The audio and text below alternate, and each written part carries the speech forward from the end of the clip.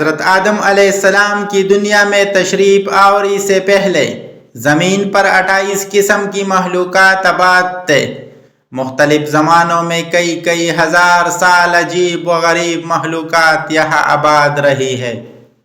جنات کے بارے میں تو سبھی جانتے ہیں کہ آدم علیہ السلام سے پہلے یہ آباد تھے، پھر انہوں نے سرکشی کی تو اللہ تعالیٰ نے فرشتوں کو بھیجا جنہوں نے جنات کو قتل کیا اور زمین سے نکال کر جزیروں پر بھیج دیا، مگر جنات سے پہلے 27 مخلوقات اور آباد تھے۔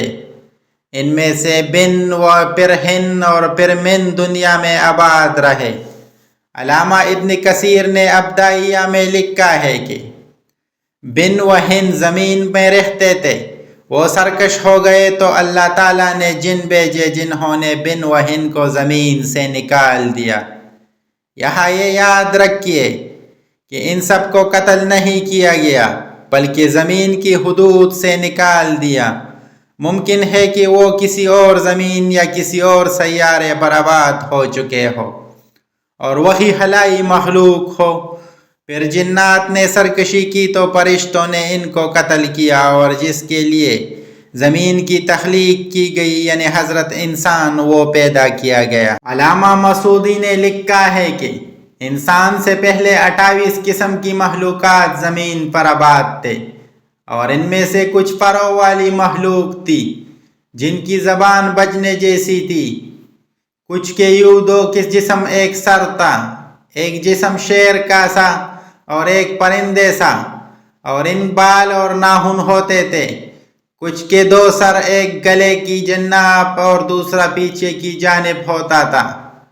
کچھ نصف انسان جیسے تھے اور ان کی کئی ٹانگیں تھے۔ کچھ کا منہ انسان اور پیٹھ کچھوے جیسی اور سرسی میں سینگ ہوتے تھے۔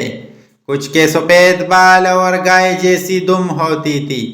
کچھ کے ناخن خنجروں کی طرح اور لمبے لمبے کان ہوا کرتے تھے۔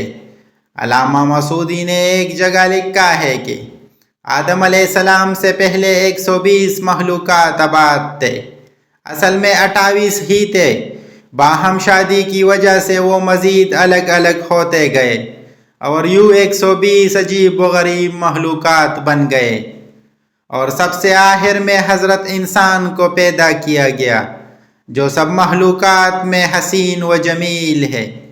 اللہ تعالیٰ رب العزت نے فرمایا، لَقَدْ خَلَقْنَا الْإِنسَانَ فِي أَحْسَنِ تَقْوِيمٍ، ہم نے انسان کو سب سے اچھی صورت میں پیدا کیا۔ اور حدیث میں ہے کہ ان اللہ خلق آدم علی صورتہ، اللہ رب العزت نے آدم علیہ السلام کو اپنی پسندیدہ ترین صورت پر پیدا کیا۔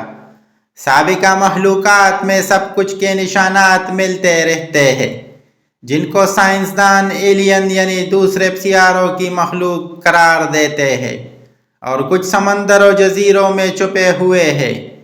الجزائر میں موجود بہت بڑی پہاڑی سلسلہ کی غاروں میں مذکورہ کچھ مخلوقات کی ان کے زمانے کی تصویریں ہیں جب دریافت ہوئی ہے، جس سے آپ اندازہ لگا سکتے ہیں۔